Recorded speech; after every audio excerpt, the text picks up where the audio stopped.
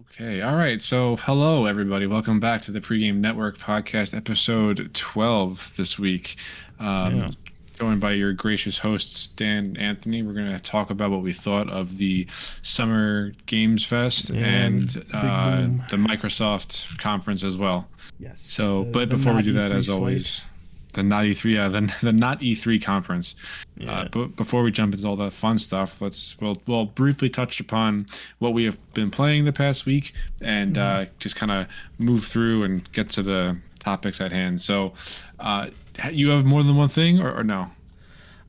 So let's start with you because I think you've done a little less than I have.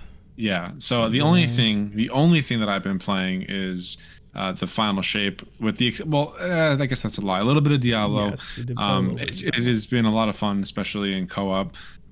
So no complaints there. Uh, and I've been playing the final shape, obviously. So there's something I do want to touch on. I feel like because I am such a fan of Destiny, it does warrant talking about how they wrapped up this decade-long saga. Um, I think that you would appreciate it. So I'm just going to talk about this for a little Yeah, bit. It's not going to be too long. So, you know the general gist. Oh, by the way, so definitely major spoilers here. yeah. Whoever is Spoilers. going Yeah, to be we listening, I'm going to talk about the we ending. we always have time codes in the description. I'll Okay, segment this one just so that we know where to gotcha, skip. gotcha. All right. So obviously, what do you know of like the Destiny saga? I I mean, guess. Well, they're calling it the that's Light versus Darkness saga. I mean, You know the Witness. Like you are I aware of. know the witness. I know the core foundation of a lot of the lore. I know a lot of the important players, and I know of certain Actually, I think I'm. incursions and who you fought against and that All kind right. of I stuff. think I'm I, already getting lost in the weeds here. I yeah, think we don't want to my recap the entire series. yeah We'll be fucking yeah too far gone. yeah. My main point that I want to make here is that I thought they wrapped up this decade-long saga perfectly. And when I say perfectly, so Destiny is this MMO light type of game, right? Like it's got a lot of elements of Hmm. MMOs. It's got, it's a big social experience as far as gaming is concerned, Yes. with the audience that it caters to. And Bungie's been teasing this ultimate conclusion of the Light versus Darkness saga for. I mean, they said that it was going to be a 10-year plan back when the game first launched, with Yes. Destiny 1, but they really like started leaning hard into the marketing and like the teasing and everything, probably like just before, around Shadowkeep, actually around Shadowkeep. I blanking on what year that is, but it's been a while. Okay. uh so the reason why I think that they wrapped it up perfectly, one, the campaign itself was actually excellent. I know last time we spoke, I touched on how I thought the voice acting was stellar. It only got better from that point that I spoke Okay. to you about. So it was really really good. Now, it didn't, like, when you play through the campaign from beginning to end, it never resolved anything, but there's a reason for that. Because of the nature of the game being this shared world shooter, as Bungie calls it, you play from beginning to end of the campaign. Like, you fight the Witness, right? You fight the Hmm. Witness in a certain arena. You defeat him, and he retreats. Like, that is the end of the story. You're treated to like a really cool cutscene with all the major players of the Destiny universe. You beat the Witness, and he retreats to his ship, or no, not to a ship. He retreats to like his monolith or whatever. Now, the thing that I thought was so fucking cool how they handled this is that, I don't know if you know, but like the Destiny World's First raid race is always huge every time they release a new raid. Are you aware of this? Yes, Okay. I know that that's a pretty big deal. It's a really big deal within the Destiny community. Like, a bunch of teams will jump in, they'll try to beat the raid first because you have no idea how to do it. It's like this multi-hour Yeah, event. It takes forever. that stems from the MMO nature of it. Is like Yes. everybody, Yes. there's a huge race to be world first, and everybody, and I know you mentioned in the past Destiny has done some cool things where it's like, oh, if you beat it in a certain time frame, you also get vouchers that you can spend on Yeah. I'm still in working real on life mine. goodies. Yeah. Yes. Yeah, I'm all about that shit. I love it. So you beat the witness during the last mission of the campaign. He retreats to his monolith inside of the traveler, and then the way they handled the raid, because it was like the final shape raid, right? One, it was the hardest raid they've ever put out, even more so than Last Witch, which was that came out like 5 or 6 years ago at this point, something like that. No, maybe Forsaken, whenever Forsaken came out. It's been a long time. So it was the longest, it was the most difficult raid. It was the longest raid. The first team to beat it completed it in 18 hours. God damn. Like, yeah, of like a straight through gaming session of 18 hours. It was wild. But I think that it was such a cool conclusion because after the first team beat the raid, it opened up the final mission for the entire community to do. And you got this really cool cutscene where like Zavala is standing at the hot gates essentially, and everybody from Seoul, they all transmat in, and there's this huge army of guardians and all the characters that you've allied with throughout the years. They're all in one place, ready to fight. And Zavala is giving this speech, and he says, "Thanks to the like the efforts of one fire team, like the witness retreated past this point, blah blah blah." Like that one fire team got their credit from Bungie during that cutscene of like the last mission in the campaign of this 10-year. I just thought that was a really cool fucking touch. Like that was really cool. It was truly their Avengers Endgame moment, and then they also had the first 12-man activity, match-made activity. That was the final mission. I know that doesn't like hold much significance to you, but like for the past 10 years, that's that experience that's something special that the gaming medium really does compared to other art forms. I appreciate it, even though I have my issues with Destiny. That I can appreciate that experience if you're enjoying it. I get it. Right. So like everything up until now has been at most 6-man activities. And for the last fucking mission, they're like, fuck it, we're just going to open up the floodgates. They did 12-man missions, and everybody got match made, jumped in together, and you fight the witness and you destroy it. And it was just such like a perfect way to end that. Like everyone knew that we were going to beat the witness, right? I don't think anybody thought that it wasn't going to happen. I think that was everybody's minimum expectation outside of like, you know, it's like, I'm not poo-pooing on it, but I'm just saying it's just like, I know. When you look at like stories of that caliber that last that long, it's either something incredibly clever that like wraps everything up perfectly, or you settle for, at the very least, the satisfaction of beating a big bad like that. Right. So it's like that's where everybody would expect, like the bare minimum, that's what you want to be able to do. Yeah, so everyone knew that we were going to defeat the witness. Like it was just not that it was written all over the wall, but it was the only logical place for them to wrap the story up.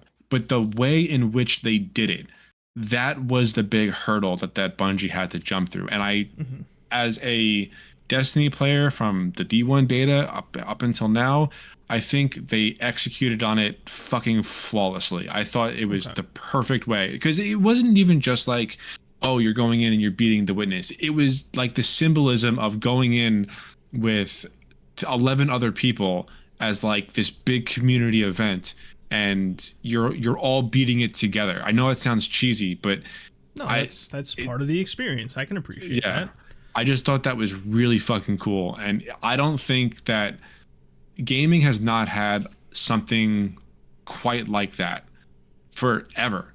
Ever. Maybe like WoW or something, but WoW never had like a decade-long story that you ended with by them doing something completely new to the game. Okay. I don't know. So I'm not gonna, once again, I don't want to take this away from you, because even if it had been done thousands of times before, that's still a cool feature to have. Like the live part of the game. I will disagree with you, not harshly, but strongly, that it has been done in certain ways before. I think that just has to do with your scope. Not saying you wouldn't enjoy it as much. With a story, like for a build up that long. Oh well, no. But what I would say is like long-term build-ups, regardless of how like the exact length. Like I'm not going to say like, oh, there's plenty of other 10-year long running stories, but like that aspect of coming together in like these kind of live events with other players and experiencing like climactic endings in a unique way with other players has been done even in singular games before.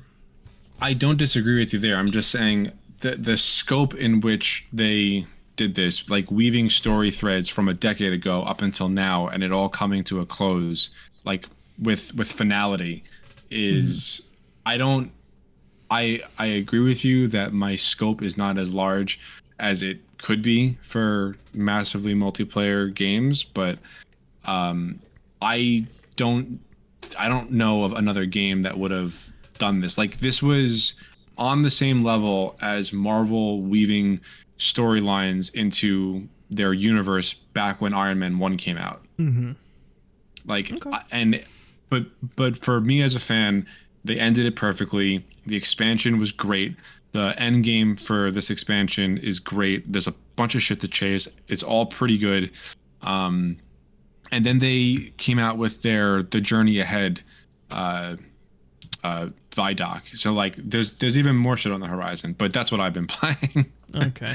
Between my training. Oh, fun fact. So today I was in training, right? So somebody had a question about something, and my instructor, who's like kind of a young guy, he's like 38 or something like that.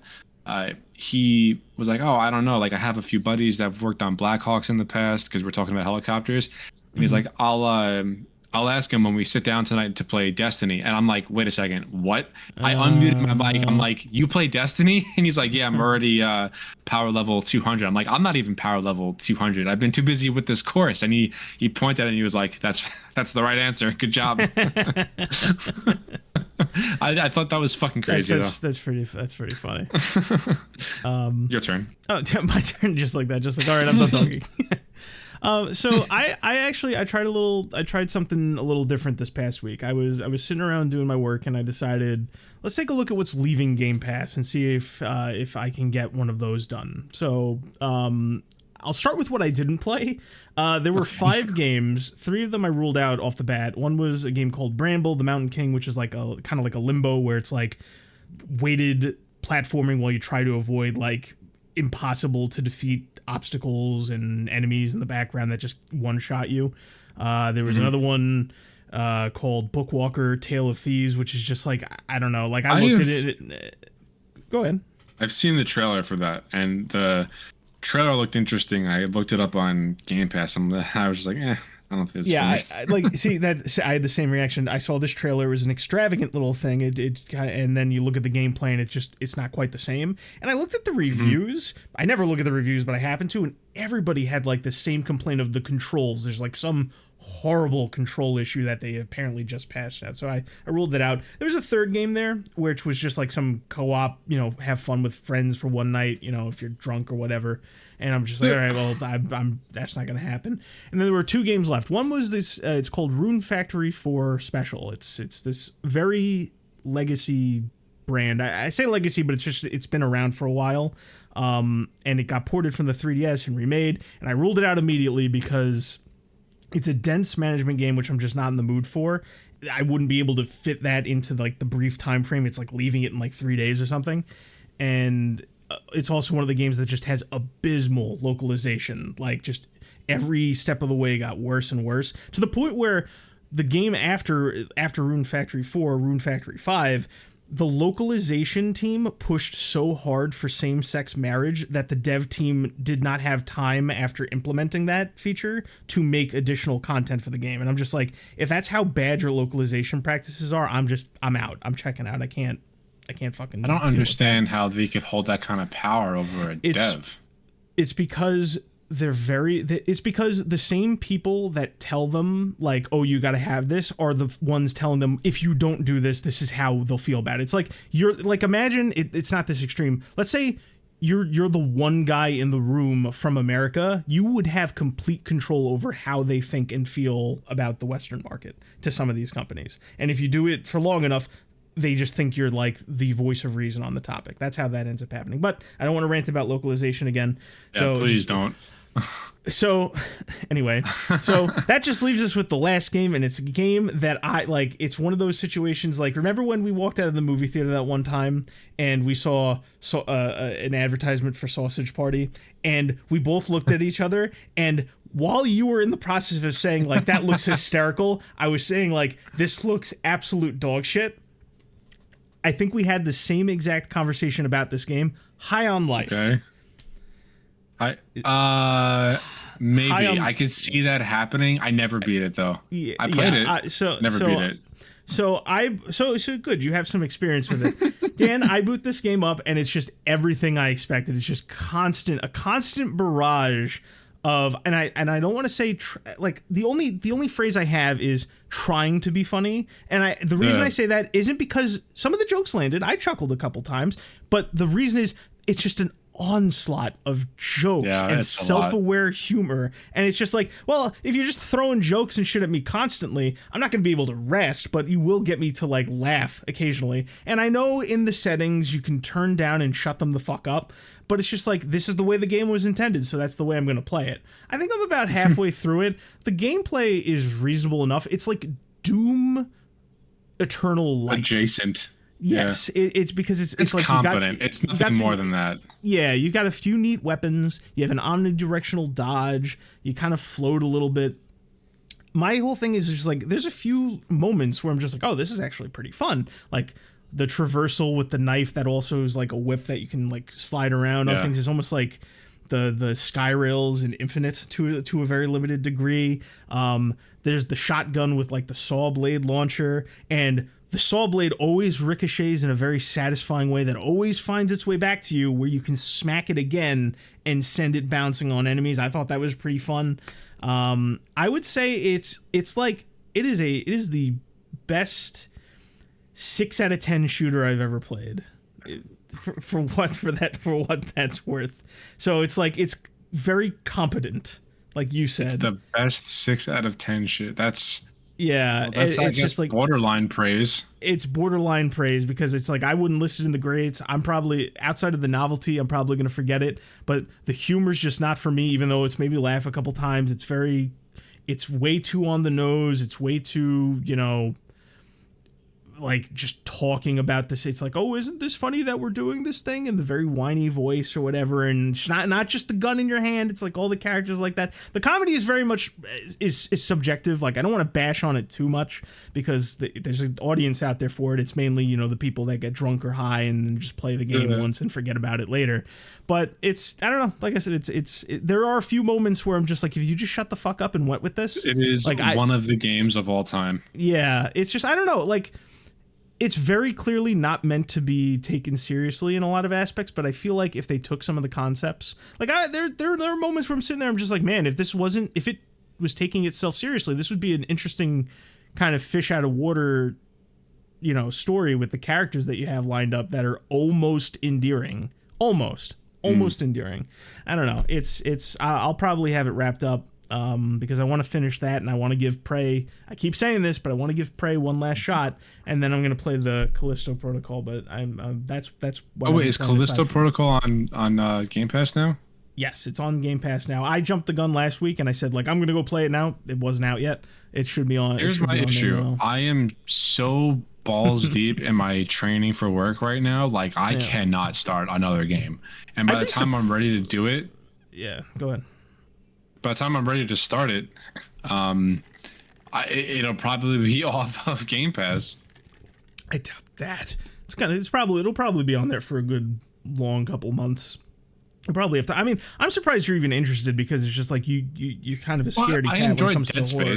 Oh well, then I guess. First of all, fuck you. Second of all, you said it about yourself. Listen, that extra pause when I was describing your aversion to it was me reaching. Okay, what has Dan said about himself in the past? What's the limit of what I can say? So I said scaredy cat. What's the limit of what I can say? No, you're right. You're right. I don't, buddy. You've said that. I don't like horror games on the whole. They have to be really good for me to enjoy them.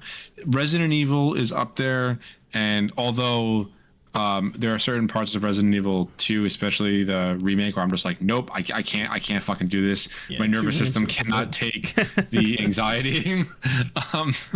But Resident Evil 4 was a huge one, and Dead Space was great up until 3. Yeah, that's fair. So So we'll see where we're at next time. all No, right. that's And where all I'm right, so that's what we've been playing. You're basically running the show from here on yeah. out. So So you this you start where you want to start, and we will work from there. Yeah, so basically, I kind of led into this before, but this entire thing is going to be about Summer Game Fest and the Xbox event that happened during it. We're going to touch on Yeah. a few of the small things outside of it, and how I want to do this is I don't want to do a full recap because not all of it is interesting. That would and just we take be forever. Here, yeah, we would be here all night. I'm gonna recap what I remember. What are the few things I wrote down? What caught my eye as I was watching them? Because as I was watching them, I was talking to you. I was talking to our friends. I was talking to my other friend. Yeah. I was dropping. I was trying to keep track of everything. And I think what ends up is like we ended up with a neat little recap that is just like the interesting stuff, and I'll also kind of tell you where my mind was at and why we aren't talking about all of it, and then at the end of it we'll talk about whatever we missed, and we'll talk about some of the post stuff and how it lined up with our expectations. That's pretty much how we're going to break this down. All right, so Summer Game Fest. It opened with an indie showcase in the pre-show, and I'm not going to linger along on this because there's not much to say about it. It's an indie game show, and they almost always disappoint. Nothing against the indies. It's like 30 games about, and then like one will stand out to you on a yearly basis. Yeah. Whatever.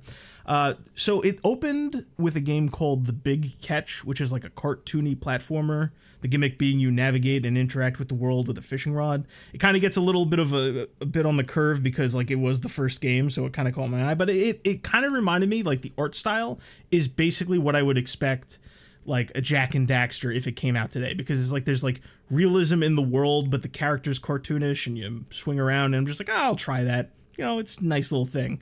And What's it called? It's called The Big Catch, and it's like a cartoony platformer. And Big Catch. yes, The Big Catch. And All right, you can keep talking. yeah, immediately after I was forced to tune out because I was hit with a guy sitting in front of a camera talking about games, and I'm just like, you can't do that. That's how you lose. Everybody's tired of it, be it enthusiasts like us or like the normies, and nobody likes that anymore. Like there's a time and a place, and it's not on the main stage. And he was sitting there, and he's like, I'm like, what are you trying to show me? And it's like he called his game a flash game of the budget, and then I was just gone. I was like, I was just like, I was backing down. That's not how you hook me. And the rest of it was just like, I can't remember most of it. There was some auto runner game that was like minimal graphics, cell shading, and that lost it. Like I tuned in like, oh, the art style might be interesting, but then the frame rate was low and the rapping started, and I was just done. And that's the indie game show for me. So Jeff takes to the stage and he talks about the industry and how it's evolving and how there's layoffs, and I'm just like, all right, come on, let's get to the games. And he said indie devs are basically carrying the scenes. How indie devs are basically carrying the industry. I saw that clip. Yeah, but like his selection was askew because he showed Helldivers and Dragon's Dogma 2 on that list. I'm just like, those aren't indie games. Technically, they're indie games, but they're still backed by a mega fucking publisher. Okay, listen, you can have that leeway with Helldivers. It's definitely AA. I don't call it indie. Dragon's Dogma 2 is not an indie game, no matter what scope you try to fill it. I'm with you. I'm with you with Helldivers. I definitely think it's AA. The indie was the wrong word on my part. It's definitely AA. I'm also like very fucking tired of the shop right now, so I apologize if my capacity is less than my normal. Yeah, but he basically just kind of like touched on the layoffs, and it's just like, all right, you paid your respects or whatever, let's get to the games. And we start with a teaser for a Lego game. I'm like, okay, you want to start with a Lego game? But after teasing it for a bit, we find out it's a Horizon Lego game. And they're making one of those? Horizon Zero Dawn is getting its own Lego game. It's called Lego Horizon Adventures. Personally, I have no idea who asked for this. It doesn't surprise me that it exists, though, because there's like 6 Horizon projects in the works, five or so Horizon projects, a movie, a sequel, an animated series. There's all this kind of shit. Like Sony really wants to push this series, so it's getting a Lego game now, and it's it's a Lego game. There's not much to say about those. Well, I think from like critically speaking, Horizon is probably one of their better performing IPs. So yeah, it doesn't shock me that Sony wants to push it down everybody's throat in every possible form. Yeah, speaking of every possible form, it's coming to the Switch, too.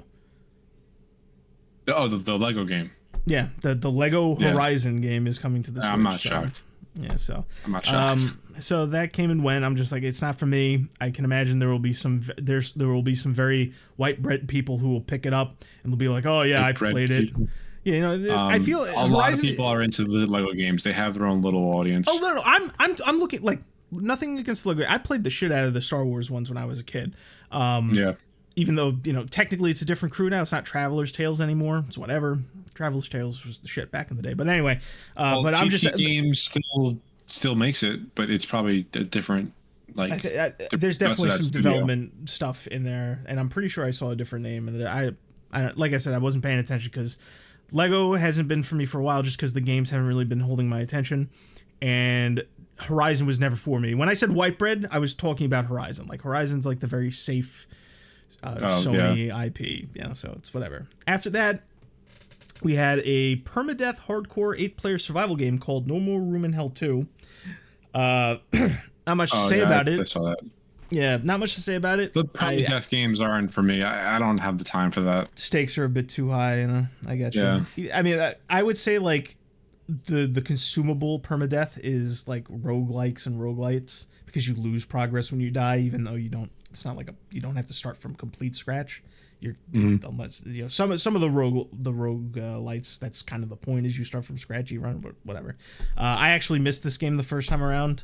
I was only like when I went to skim it, I'm like, oh yeah, there was a game in between those two, because what happened afterwards was Jeff's just like, oh, we got a new Harry Potter game, and I'm just like, all right, let's see what you got. And I had whiplash, because you could when it started, you can immediately tell two things. One, it's a low budget game, so I'm just like, low budget. What is it going to be, a mobile game or something? And then I check back in, because it's not just some Harry Potter game, but what appears to be a spiritual successor, or at least a game that takes some kind of cues from it. There was a game back on the PC and the PS2 and the GameCube called Quidditch World Cup. And it was I remember that. Yeah, so you've played it. So, you know, it's literally just like a Quidditch kind of simulator game. You know, so some basic little play. This game is called, Quidditch Champions. And it looks to be like kind of a modern take on that. So I'm just like, ooh, maybe if it's cheaper on Game Pass, I'll play that. Because I played the shit out of that as a kid. It's one of those, you know, nothing super special, but it's like a game that, like, as a kid, I sat down and I played way more than I had any right playing. So I'm just like, ooh, that I wasn't expecting that. That's nice. And then it's just like, all right, let's get back to the show. So after that, the guy who did, you ever hear of a game called Choo Choo Charles? Horror game. Yeah, it's like it was a very interesting concept that I don't think was executed that well. It's basically like you're on this island, it's deserted, and there's a whole railway on the island, but there's also like a giant train spider hybrid that'll hunt you down. Yes. So very interesting concept. Has nothing to do with the game that there's a teaser for. It's just made by the same guy. I don't even remember what it's called, and I apparently didn't write it down, but it's like this little flavor of the month survival game where it's like you play as these cutesy animals that are locked in prison, and the whole point is to escape the prison, but it's filled with crass humor or whatever. So I'm just like, all right, not for me. That's like the kind of game, it's like, it's not in the exact same vein as a Lethal Company or a Content Warning, but it's in that category of like, people will pick this up and play it. You know what I mean? Yeah. So there was that. After that, Ubisoft jumped in. The Star Wars open world game Outlaws. Not much to say. I am not. You know how much of a Star Wars fan I am. Yeah. Star Wars Outlaws, like, I'm so lukewarm on it. Yeah, like so, especially after the whole. I mean, oh wait, we talked about this, right? The episode 3 of The Acolyte. Mm-hmm. Like, I just fuck you. Like, you're gonna do this. I'm almost at boycott territory right now. Yeah, Star Wars as an IP is in a very rough spot. And I'll be Ubisoft has been on this trend lately where they're doing like really safe license games. Like they did that with Avatar recently. What what I'll say about Outlaws, there's not much to say unless you want to talk about it later, because they basically only showed up to say show up later, because Ubisoft was one of the few companies to do their own presentation way after the other two wrapped up. And the only thing I can say about Outlaws, both from then and now, is that the production is high. I feel like, say what you will about the lore and the absolute pounding that's been taking, but I feel like there's somebody like in charge of the Star Wars brand that is making sure it feels and sounds a certain way, like with the proper gradient wipes and the proper sounding soundtrack. And I think they nail that for what it's worth. I'm not a huge Star Wars guy, you know me. I like some of the early movies. I like the prequels, and I like that Everyone era. likes the early movies. No, but what I mean to say is like I'm not when I say early movies, I mean like kind of the early by relative earliness, like where it's like Like the prequel early to trilogy? me is like the prequel area, not like the start of it all. That's We what I'm didn't talking know about. how well we had it until Like the here's sequel thing, like, trilogy came out. I really did enjoy the prequel trilogy, and I like that era of Star Wars content where there's like a lot of good tie-ins. Oh, like and you that like kind of stuff. the whole Clone Wars and the Separatists and the okay, you know, I'm with you on that. Yeah, and I like, and typically not just in the lore, but like also the games made in that particular era and a little bit before and a little bit after were also pretty good. So that's my wheelhouse. You're much more bigger into the lore entirely, and I'm not saying you should enjoy this, but this game is kind of aimed at you. It's like, Star Wars fan, doesn't this feel familiar to you? But it's I don't reason why I'm remotely interested in Star Wars Outlaws is because it's being developed by Massive, and I enjoyed the both Division games. So I'm willing to see what this game brings to the table. I'm not going to pay full price for it. I'll wait for it to go on some kind of a sale eventually. I don't think I'm going to be missing out on much. But I'm just going to reserve my judgment until the game comes out, because I like Massive as a studio. I like what they did with both Division games, and we'll just see what happens. But like, I don't think this is going to be this is an extremely safe bet for Ubisoft and for Disney. And as far as Star Wars games go, like, Disney kind of needs that right now, because the Jedi games were good. The first one was great. The second one, I never beat it, but like, it took such a pounding on launch between technical issues and the porting shit that people just like didn't bother to finish it, because it was just so abysmally it launched in such an abysmal state. So I'm just gonna see what happens with Star Wars Outlaws.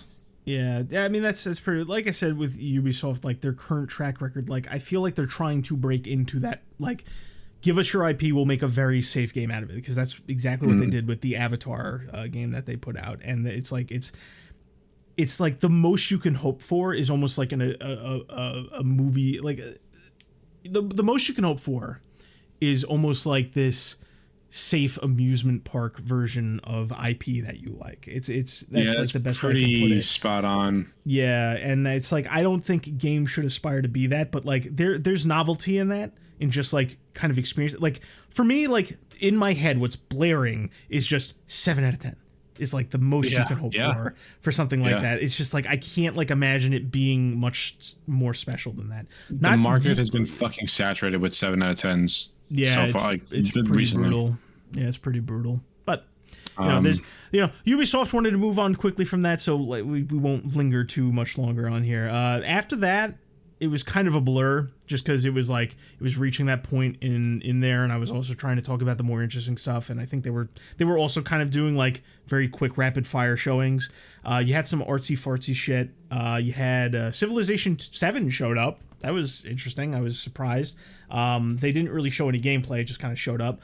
Wukong showed up, which I thought was out already, so I was surprised. No, there's another one that's very similar that's out, but Wukong, Black Myth, right? I think or, so. Something. I don't even remember. I thought they were the same game. Yeah, I thought that looks interesting. But like, it's just another Souls-like. Yeah, you know, that's they gotta chill with that genre. Yeah, it's getting to the point where they're making some pretty bad like a Souls-like will come out, but it'll be like slightly faster, and they'll be like, oh my god, it's like I'm playing Devil May Cry, when I'm just, no, stop. Just go play an action game. You don't have to settle for an ARPG in the Souls vein. But anyway, there was some throwaway VR shit. You know how I feel about VR. Ton of cinematic trailers. We're kind of on the same page with VR. I don't think it's even remotely close yet. Yeah, if Joe were here, he'd have some comments, but he's not here, so we get to shit on it. Lots of cinematics, curated engine footage, lofty dialogue, and cuts to black. I didn't really have much to say about what was going on. And then a game that I'm interested in, you probably won't ever play in your entire life, Metaphor Refantasio. Yeah, I don't even know what that is. You've heard of Persona, obviously, right? Yes. And the parent series of that is called Shin Megami Tensei. It's basically they all share the same pool of enemies and demons, but they present it in a very different way, and the stories are very different. But anyway, Metaphor is a game that essentially the studio is different bits of talent from the studio that worked on all of the different Persona and Shin Megami Tensei games are coming together to try and do something different, and they want to. They're kind of teasing a few things where there might be some shenanigans going on where it's like there is like a modern setting or a modern view on certain things, but it is their medieval setting game where instead of teaming up with demons or using the demons to do different powers, it's a class-based system, and that's what they focused on. It's a few months out. I've already heard and seen so much that I'm just kind of cautiously waiting because once again, Japanese things, you have to worry about localization and whatnot. But it looks like a very strong JRPG. I'm cautiously excited for it. Not much to say because I know you're not interested all that much in it. I've never even heard of this game or seen it. I have no input. It doesn't have a lot of mainstream advertising, so I'm not surprised you haven't heard of it. But it's a very stylized medieval setting, fantasy setting kind of thing going on there. But we'll move on from that. Things kind of get a little spotty because it's getting to that point in where it's just like they're starting to do like a lot of small things, and they're also they're kind of like in the middle, they're winding down, so to speak.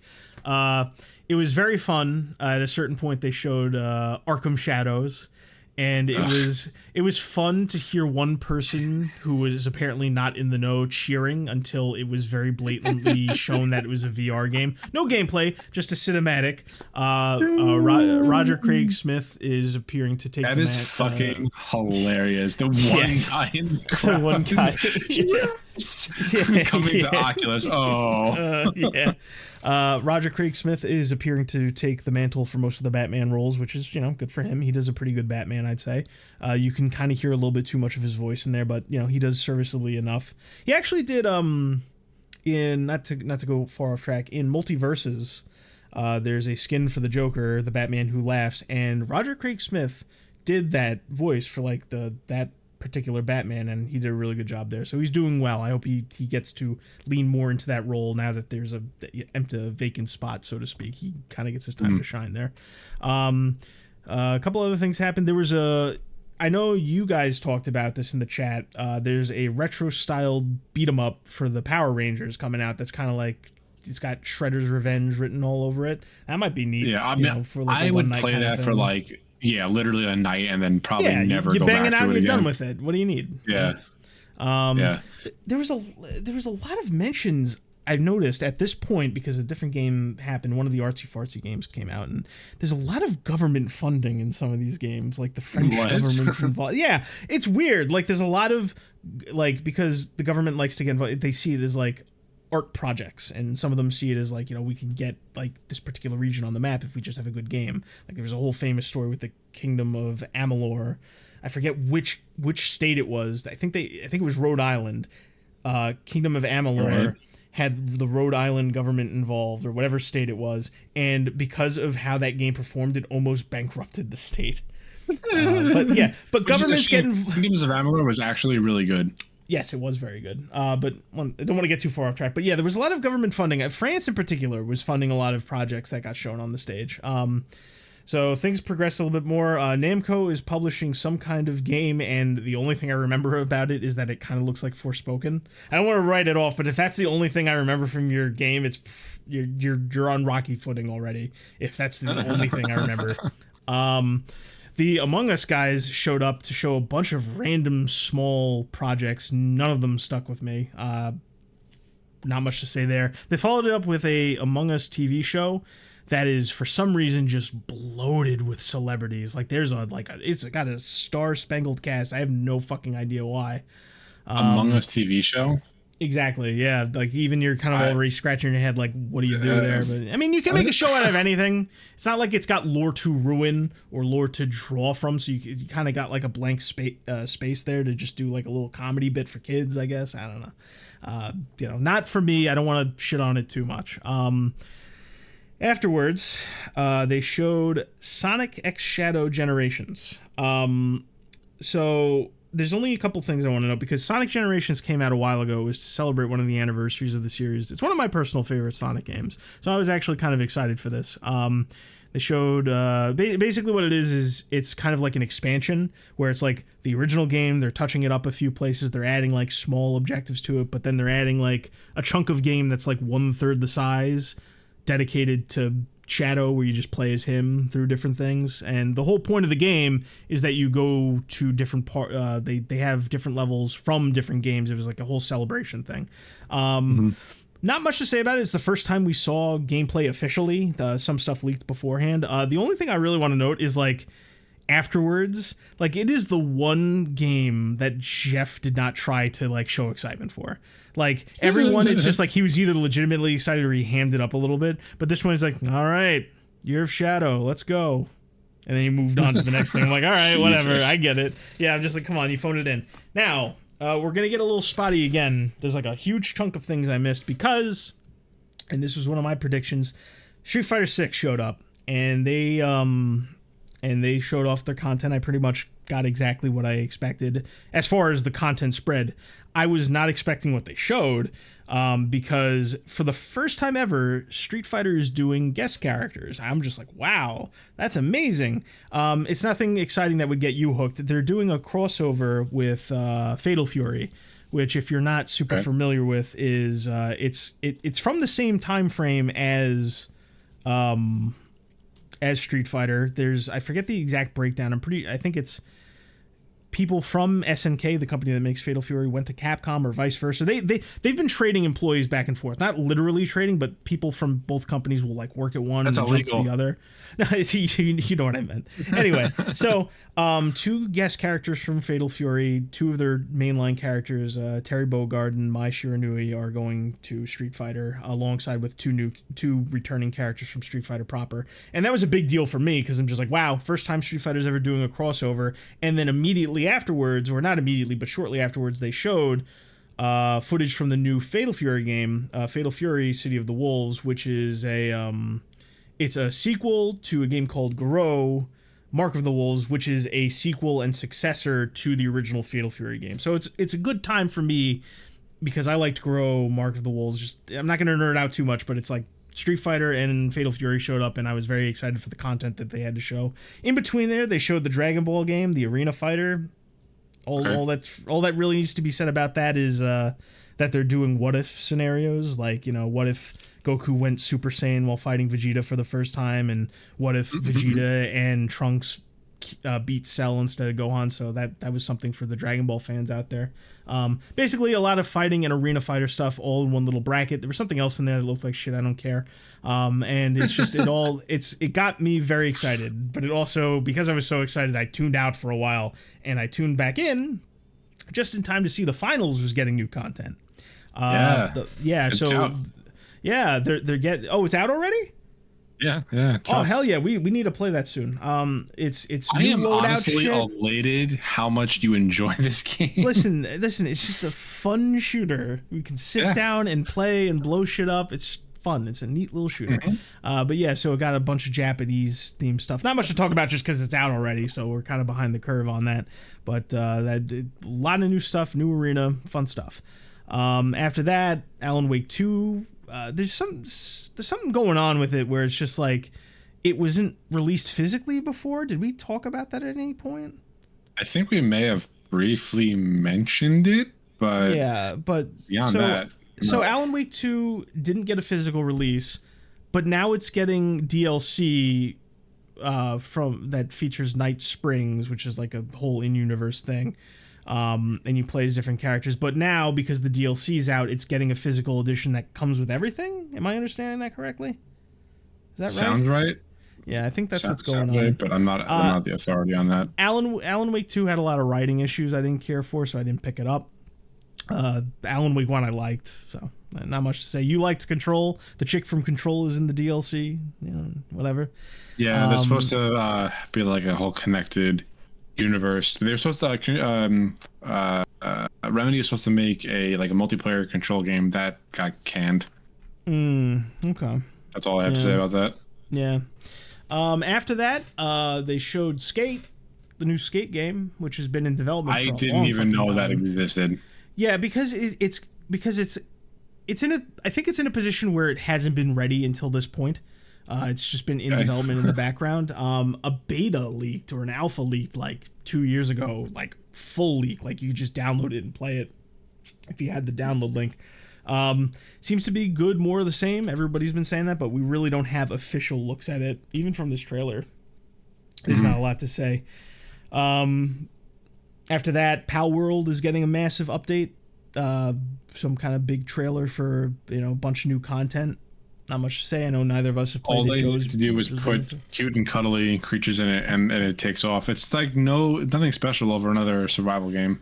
Yeah, I mean, it's nice if you play it and you get into it. It's good. Like, here's the thing. Even if it's not something for me or you, it's nice. I like to see games that aren't like that I can just look at a surface level. It's like, oh, this game came out, people like it, it's still getting content, people are having fun with it. I like that. I mean, nowadays there's a lot more skepticism where I have to go like, is the dev an asshole? Is there some chicanery going on there? But I like games thriving. It's not for me. Joe said he's played it. I haven't really tried it yet. I think it's on Game Pass. Maybe one of these days I'll try it. I don't know. But yeah. After that, there's out of the blue, because Pixar is doing a sequel to Inside Out, right? Okay. And yeah. So Inside Out 2 has like, apparently the main character at one point had like a crush on a character in a game. So they stopped the fucking event to shill the movie because fucking what's his name, the YouTuber Yang Ye.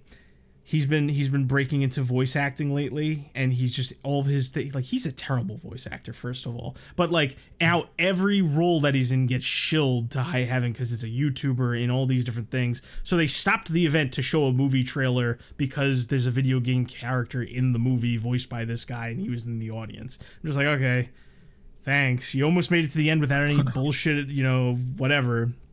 But yeah, I just want to point that out because it's all bullshit, and that shouldn't have been in it. After that, you got another fucking samurai game. I don't get it. Like another action RPG that like branches from the Souls vein that has a Japanese aesthetic to it. I don't get it. I was just out again. I don't even remember what it was called. I know they showed like the something Capcom. Ronin?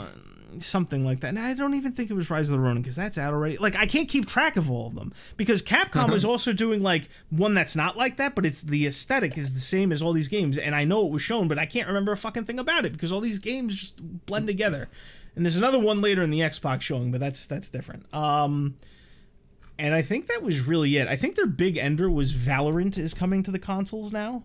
I think it's getting a console. It was already on console. No, I think it was on PC, but I think it's coming to consoles now. Yeah, it's always been on PC. I don't know. Honestly, I was checked out by that point. It's actually funny because afterwards I went to like skim through it because at this point it was over. I can't even remember how the fucking thing ended, but I think it was the Valorant was the big ending for it. And I remember sitting there and going, all right, let's skim a little bit. Let's go skim through this. And I saw something, I'm just really going to touch on this and we'll recap the whole thing. I saw The Thing video game is getting remastered. Wasn't shown at the event. I would have liked to see that at the event, but that's kind of neat. Did you ever hear about that? I saw the trailer pop up on my YouTube feed, but I've never played the original game. Mm-hmm. I don't know what genre it even falls into, but I do know that the Thing remake exists. Yes, so I'm not going to go too much on it, but I'm going to give it some time because, what else is there to talk about? But the original Thing was like this interesting take on the survival horror genre. I even referenced it when I was talking about Silent Hill in a video I did because I think it's a neat little experiment. Basically, the idea is, the movie The Thing, obviously, right? Yes. this video game is one of the random. This happens every so often where like they'll make a video game and it's officially like the sequel to the movie. The Thing is the official sequel to The Thing. Everybody signed off on the right way or whatever. And so the whole gimmick is like you're a soldier, you're going to investigate what happened in the original, and you're going to go to investigate these bases. And along the way, you have a squad of disposable guys with you, and they fit different classes. You know, some of them are a bit more aggressive, some of them are medics and whatnot. I'm not going to bore you with the whole thing, but the main gimmick is if you lose sight of, or if just randomly, like if you don't like take care of your soldiers, they can mutiny. It could turn out that they are actually like infected by the Thing and will attack you at random intervals. It's like there's this weird management aspect to it, and it was kind of cool. So I was very happy to see that game's getting attention. So I'm hopefully it's a good remaster. I'll probably end up playing that again because the original was very unique and interesting. But that aside, that did it for the Summer Game Fest. And I was just like, you know, we talked about how Jeff said like, oh, it's going to be like a bleh, like a kind of, you know, whatever kind of thing. And I was just like, yeah. It's crazy for him to promote his own event in that way. Mm-hmm. And he actually put out a Twitter poll saying, like, asking people, like, how was it? It was like, you know, good, bad, and different or whatever. Mm-hmm. And like it was firmly into the negative. Yeah, I voted on that poll both on my personal and I did an absentee vote for you on the on the Moon Syndication official Twitter, and Thanks. I also gave it, you know, your feeling of it. I mean, you're not wrong. Yeah. I mean, didn't do much for me. I think I'm trying to think of what I liked the most of the showing. And it's like, I don't want to give it to, like, you know, I like Sonic Shadow Generations. I like seeing, you know, the finals getting new content. I can't really think of anything that showed up that I'm just absolutely in love or just have to have that I didn't know about before. My most exciting thing was like, oh, Street Fighter 6 content.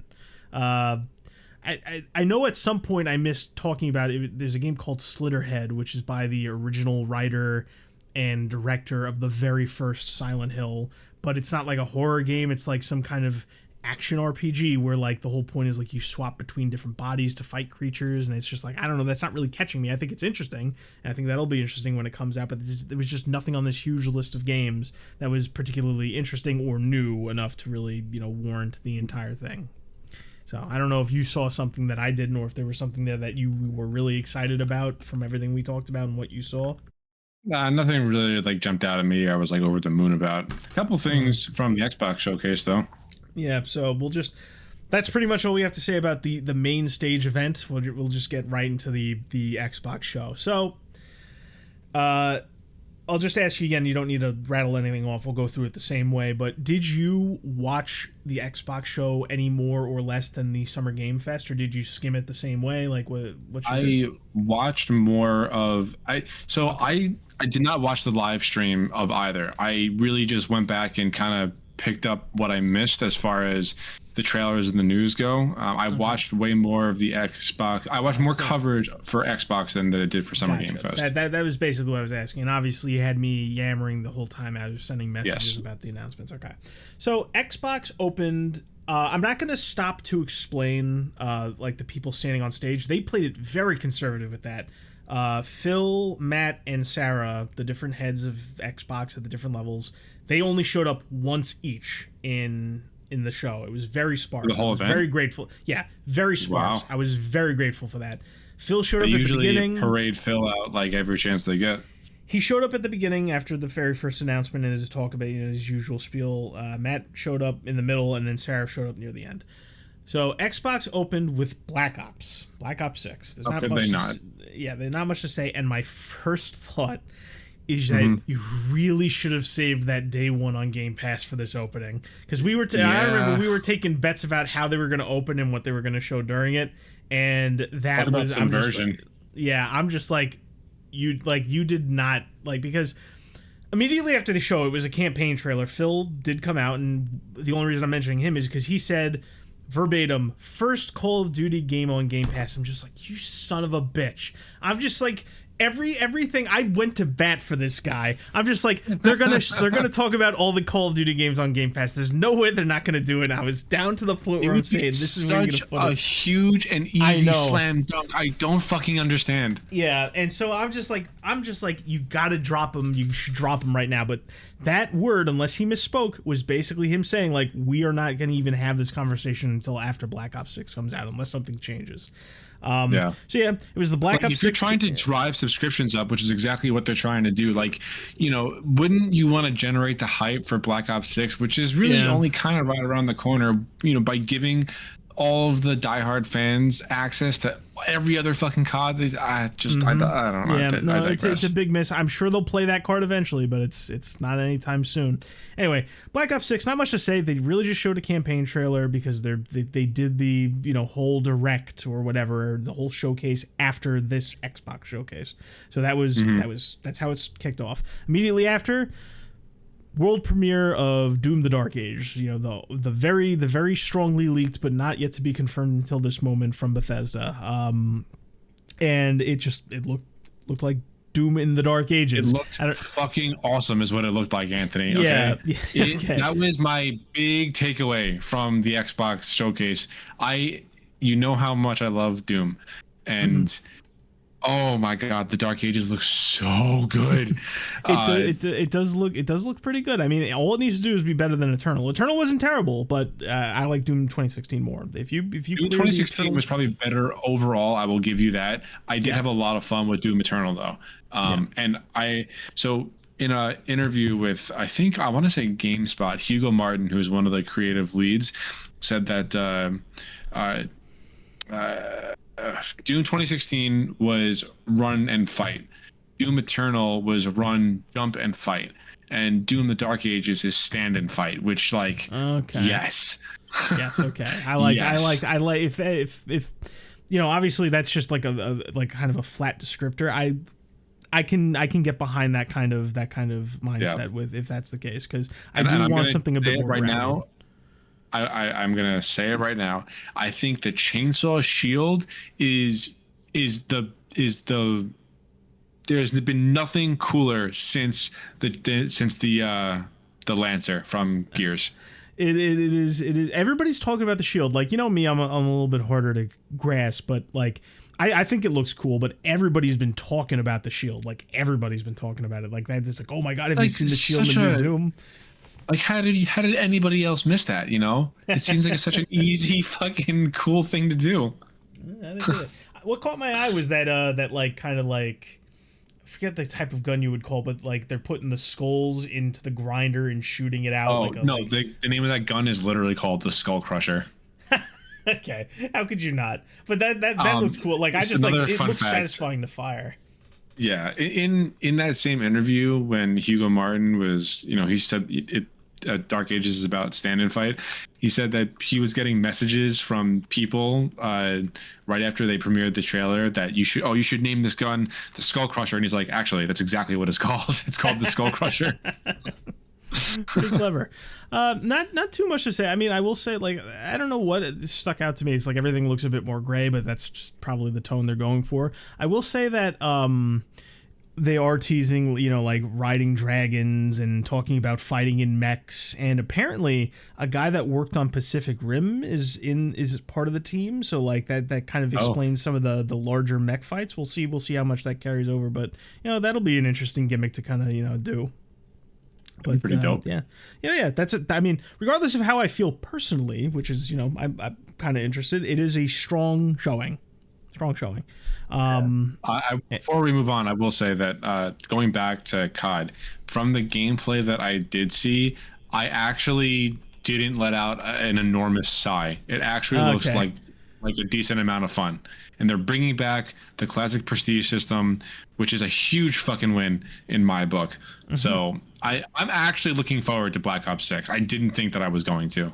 What I'll say is, like, I'm definitely going to download it and try it just because it's on Game Pass. It's going to be free. Exactly. So like I went from like to like, I'll give it a shot. Why not? Before we move on, I will just say that and I'm just going to note this as we go along. Both those games are day one with Game Pass. So Yes. that's Yeah. something to note. And round-based zombies. That's a Yeah, big plus that's also. true. Yeah, no, that's going to be there too. So they had a lot to see. They didn't really, even in the showcase, which we're not going to talk about, is they didn't really talk about zombies. They teased it. So we'll see. Afterwards, they followed that up with State of Decay 3. And I'm left asking, as I always, who is playing these games? Like, I don't know, man. I think I tried playing one with Luke, or Luke might have played it. I don't remember him having strong feelings about it. It's kind of a by the numbers, kind of boring to me, at least, zombie game. Shout out to whoever's enjoying it, because you're getting, like, they're treating this better than most of their IPs, so, like, good for you. But I don't know, there's nothing, it's, and it's also got all the modern crap in there if you watch the trailer closely, so it's like whatever. I moved on. That will also be day one with Game Pass, because that's just an Xbox thing. After that, they showed the new Dragon Age, which is now called Veilguard. It used to be called Dreadwolf. It's called Veilguard now after some restructuring internal. And they did this, like, weird character introduction that had me worried it was a hero shooter for a second. It's like they're just going character to character and listing their class, and I'm just sitting there going, like, listen, I was never a big Dragon Age guy. I tried playing Origins. We had this conversation with Eric where it's just like, I tried playing it, I just never really got into it, but I know it suffered very heavily, more so than Mass Effect, a struggle with identity. Like, I feel like Origins to 2 to Inquisitor was such, like, a drastic change in what, like, how you played the game and the series identity.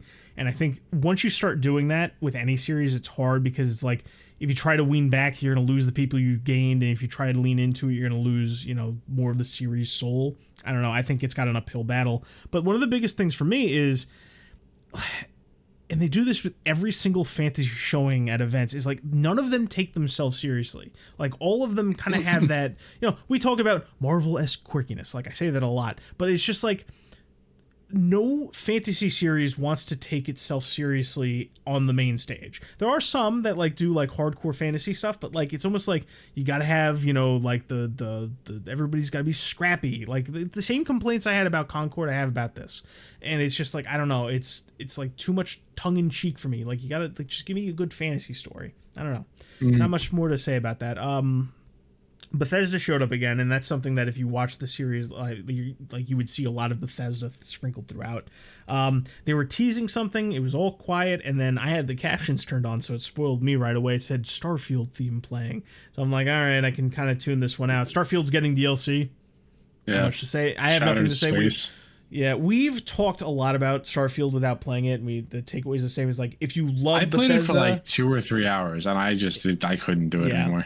If you wanted Bethesda in space, you got it, and you're getting more content. Good for you. I'm waiting for Elder Scrolls. I'm going to be waiting for a while. I think it was announced 6 years ago, and we still don't have anything about it. It was announced way too soon. It's gonna be another Cyberpunk. I'm telling you. We'll see. I think they needed something to show, and so they threw together a cinematic of mountains, and they just like, all right, here you go. Because even Todd was just like, we announced this way too early. So anyway. Then there was a new game, and I was like, the more I've went back and watched this, the more I'm super excited about this. It's called super excited about it. Yes, it's called Expedition 33.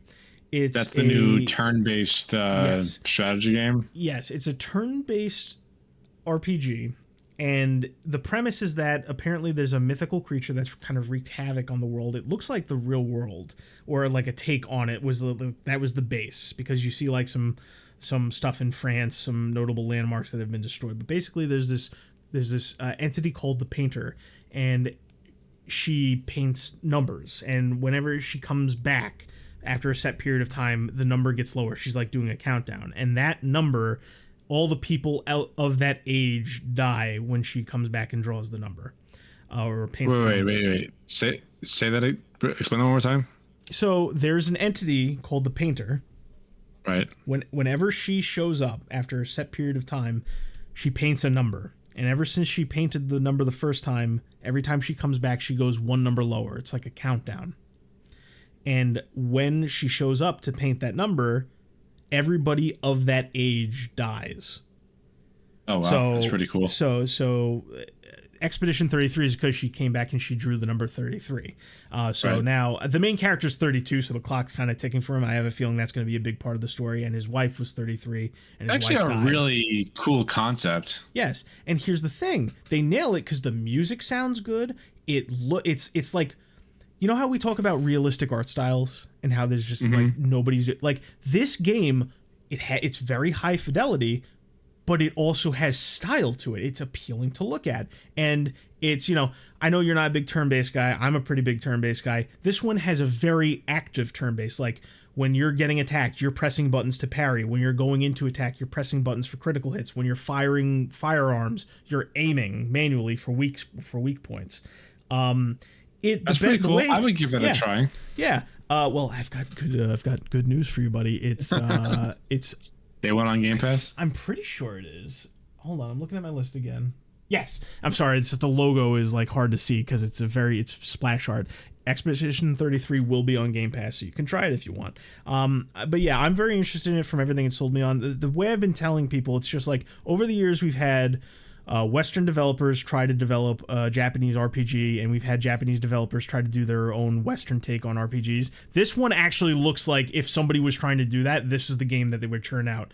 And I looked at the team. It's a small team. It looks like a bunch of, former, industry types. There's no fucking crazy people. I'm not going to go into specifics, but the kind of type that you look for, and they're not there. So I'm actually excited about this. But part of me is saying, don't get excited because something might happen. But that was one of my early 2025, I think. Okay. Cautiously optimistic, so I'm looking forward to it. And I gotta like relax for a second because there's not too many. There's not too much exciting past this. There are some, but it's like that was one of my games of show. Immediately after, we simmered down a little bit, World of Warcraft expansion. And I was sitting there, I'm just like, wow, that's ballsy to show it on Xbox. Is it coming to console finally? Because when I was in high school, everybody was just like, oh, it's got to come to console. The World of Warcraft's got to come to console. And the trailer was kind of lazy because it was basically like all of the previous cinematics kind of stitched together with like 30 seconds of new cinematics, right? Which is partially why I thought they were bringing it to Xbox. But then it's just, no. Next expansion's coming up. All right, whatever, I guess. Because right at the end, I can't believe that game's still going. I mean, I was under the assumption, everybody tells me I'm wrong, but I might be misremembering. I remember in an early development, they said they only wanted to do up until the third expansion, or the second expansion, I'm sorry. And then they did a third one. And of World of Warcraft? Yeah. Like way back when I remember an interview. Ooh. Let's see. Burning Crusade, Wrath of the Lich King, or lower? I'm trying to do my best here, counting Mist of Pandaria, Legion, the Dragon one I haven't played yet. There's something in between there. Another one. You still play? Flight. No, I played during the first two expansions. I came back briefly for one of the more recent expansions. I just happen to know a lot of them off the top of my head. If they're not at 10, they're near it. Because I know of 8 off the top of my head, and that's a lot. I mean, that game has been going since like 2003, a while ago. I think it was 4, because I remember getting the game at 4, and I remember trying the beta earlier in 3. So I think it was 2004. I think that's when the game came out. You have November 23rd, 2004. So it's been going strong for 20 years. Yeah, strong's the wrong word, but it's been, it's not quite the phenomenon it used to be for multiple reasons. That's a whole other conversation, which if we ever talk about, I'll rope Harrison into it. But yeah, so they showed off the new expansion, and then afterwards, to kind of change gears, they went into the Metal Gear Solid remake, Metal Gear Solid Delta, which is a remake of Metal Gear Solid 3. I was surprised to see it at an Xbox event, and between what they showed in this trailer and the interviews they did afterwards, they showed a lot of new things that they hadn't shown before. They showed that there's 2 ways to play it. You could do the traditional style, which was like a top-down camera, or you could do over the shoulder, which is taking cues from Metal Gear Solid 4, Metal Gear Solid 5, which is one of the best feeling third-person shooters I've ever played. In like an action adventure thing. It's not quite like a Gears, which I love to death. It's more like, a free movement adventure third person shooter. And they're adding a couple. First thing is they're trying to be as faithful as possible. My understanding is like the camera shots are nearly 1-to-1. The voice lines are ripped directly from the original game with very few pickup shots. I think they're missing the point with some of the style, like the lighting's off in a lot of areas, but remakes fuck that up all the time, so it's like I was kind of expecting that. But it looks like a really good remake. I'm cautiously anticipating. It's not a day one for me because I'm not a huge Metal Gear guy, but I do have a feeling I will end up trying it and enjoying it at a certain point. But yeah, I was surprised to see that in Xbox Showcase.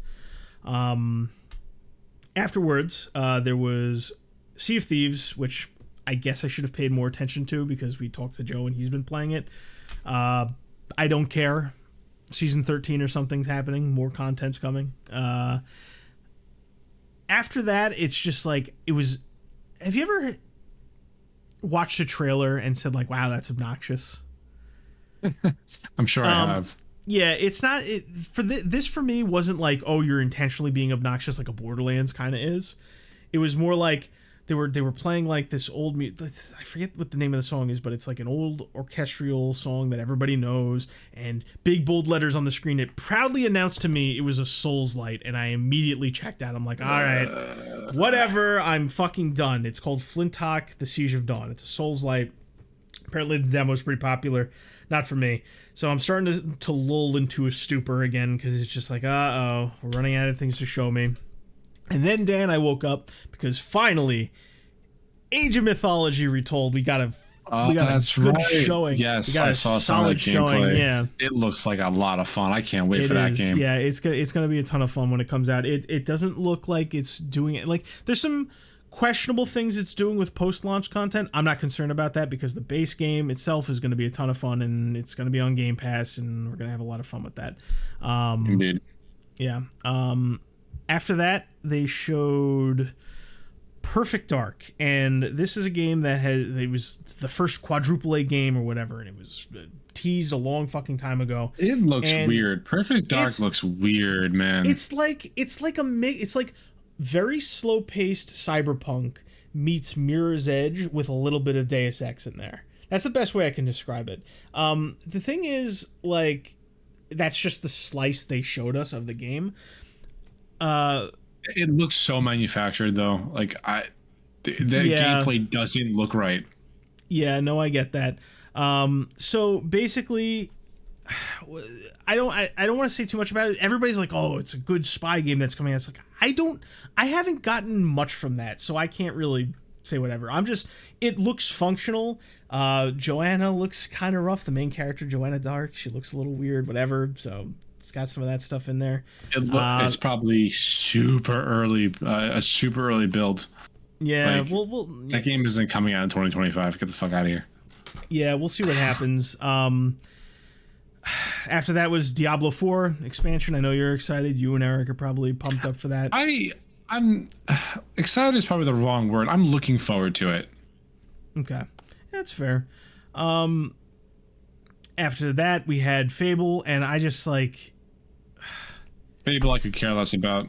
Yeah, I could too. It's another one of those fantasy that doesn't take itself seriously, and everybody will say, oh, Fable. It's supposed to be kind of humorous. I'm just like, Fable's the kind of series where they tried their hardest to balance the humor and the drama, and it's just like, these new devs don't get it. Plus, it's ugly. It's unappealing to look at. I don't know what to say. Like, it's after all that time, it's just, there's nothing going on there. Whatever. Fable 3 or whatever fucking number, it's been in development. It's basically been in development hell. That the game, rumors have been starting anymore. I don't fucking care. Like, show something or just move on. Yeah. And, They showed very sparse amounts of gameplay, but it doesn't look like anything special. No, but like when I say show something, I mean like something real, I guess. Like, I don't know how else to describe it. Like that was clearly put together for the purposes of this show. Like, I don't think the game is running that way, you know? Yeah. Yeah. So no, it's yeah, not for me. Afterwards, just a little artsy game about a mouse trying not to freeze. Whatever. Moved on from that very quickly. Then the name Annapurna pops up on the screen, and I'm thinking to myself, they love publishing non-games, and that's exactly what we got. We got like a jumpy frame rate, you know, I think I described it, teenage days. Do you remember the times before 2000s? Possibly lesbian coming of age romp called Mixtape, and I'm just like, Moving on. Moving on. Yeah. After that, Microsoft Flight Sim popped up. It's getting a bunch of new missions and like cargo planes, landscaping, Coast Guard missions. Fucking love Microsoft Flight Sim. It is very good at what it does. Yeah. It's an enthusiast thing, so I'm glad it's sticking out there.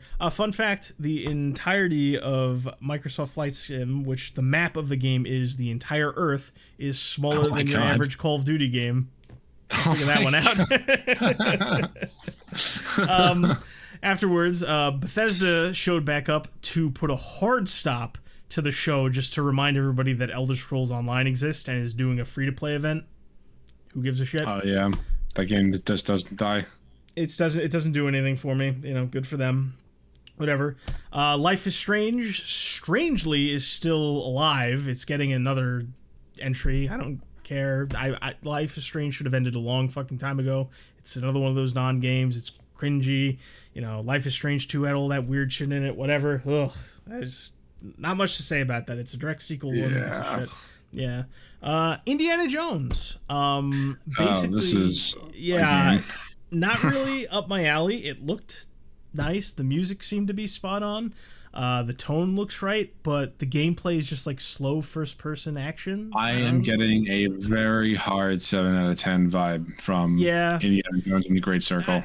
I think if you like Indiana Jones, you'll enjoy Indiana Jones. It's going to be way heavier on the puzzle mechanics, I feel like. Yeah.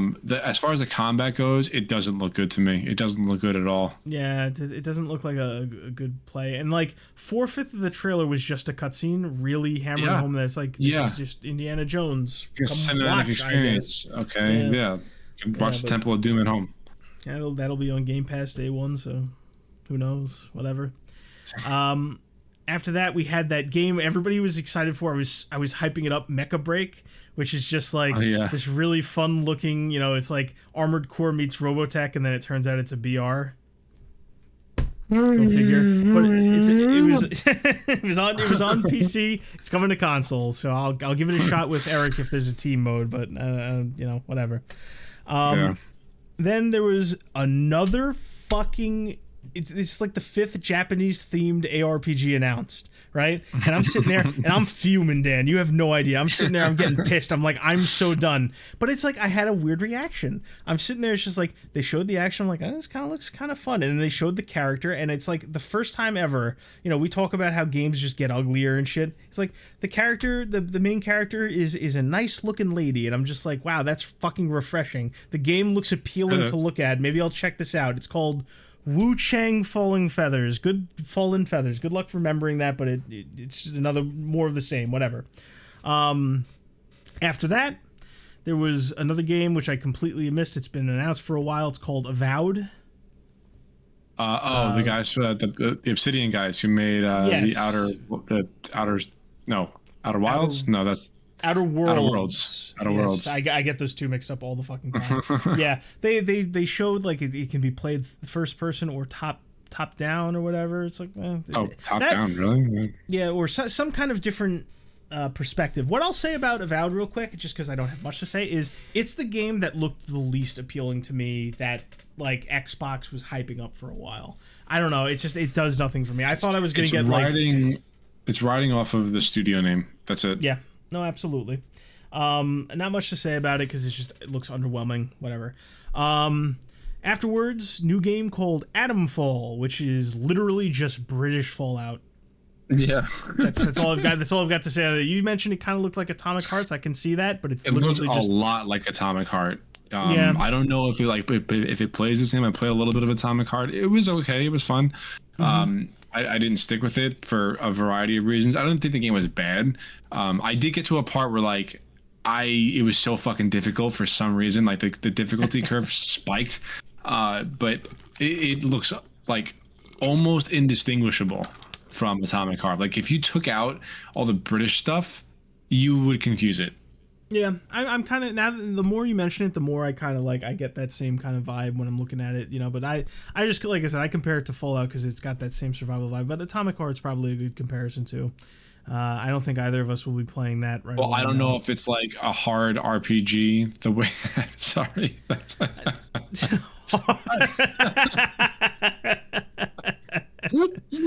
Astutely put, buddy. Astutely put. Check out. Be sure to check out Adam.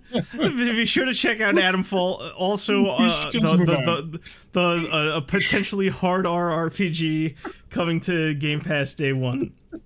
After that,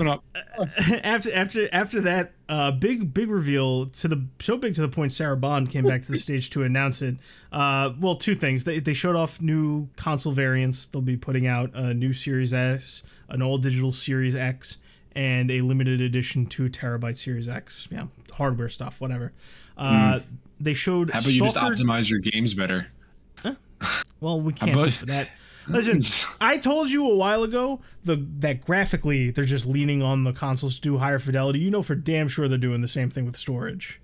Yeah. They're just like, oh, just make the hard drives bigger, which, you know, whatever. And then they showed Stalker 2, which is a big deal for a lot of people, but not a big deal for me. Are you a Stalker guy? I never played the original. The little bits of gameplay they have showed off looks interesting to me, but I have to get my hands on it. If it's like more into the survival than it is like, I guess, missions and completing like a game, then I will be more inclined to play it longer. But if it's like, you know, craft the bandage and then manually put it around your leg and all that shit, I don't know if I'm gonna stick with that. Yeah. So I mean, I understand the magnitude of it coming to the Xbox for them, you know, and coming to console, but it just isn't for me. But it will be day one Game Pass. And then we get to the very last announcement, which managed to live up to my expectations while also being a surprise.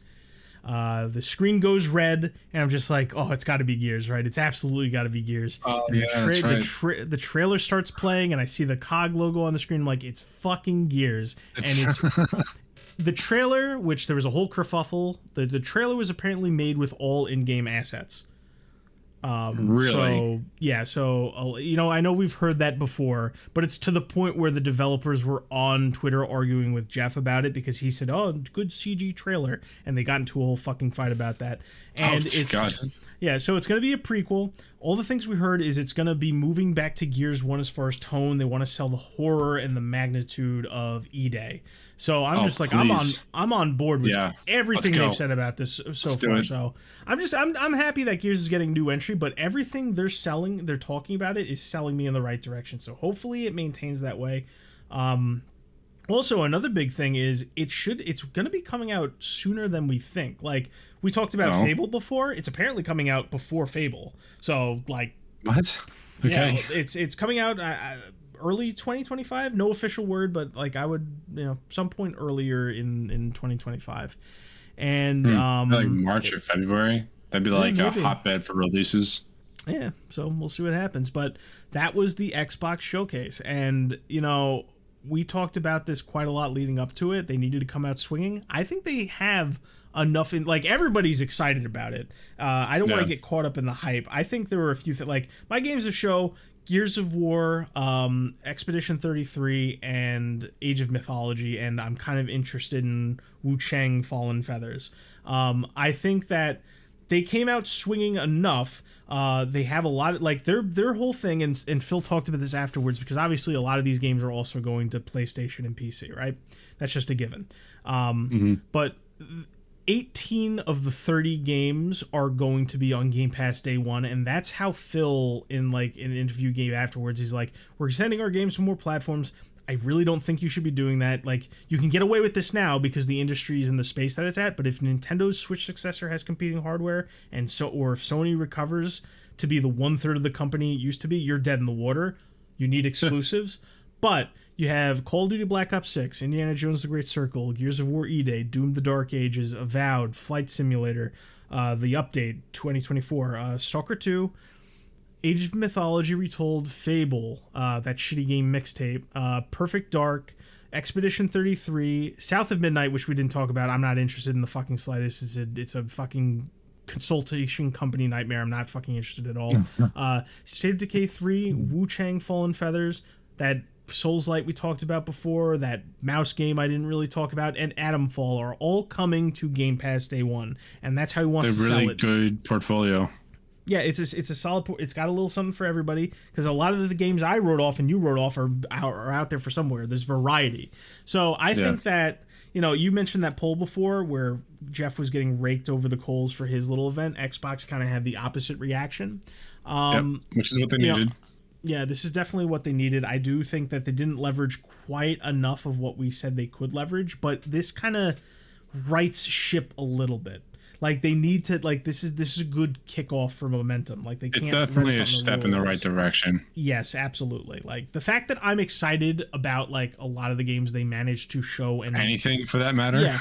Yeah, because, like, as much as I want the industry to be in a healthy place, as a consumer, not a blind consumer, but as a consumer who has the Xbox and has Game Pass, I'm satisfied with what they showed and even excited for some of the offerings. In particular, like, just to, I'm not going to repeat myself constantly, but, like, if I, like, the fact that I have, like, okay, if I get rid of the games that I knew about before, the games that I'm not completely sold on, and I raise up, I have 2 games in my hand that I'm excited for, that I'll be able to play day one on Game Pass. And, like, that's good enough to, like, to lean in the right direction, I think, anyway.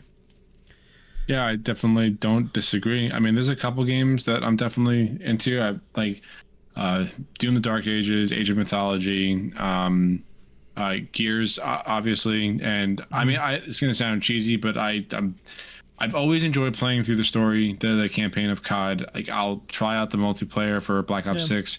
And the big one for me is going to be zombies. I miss zombies a lot. Yeah.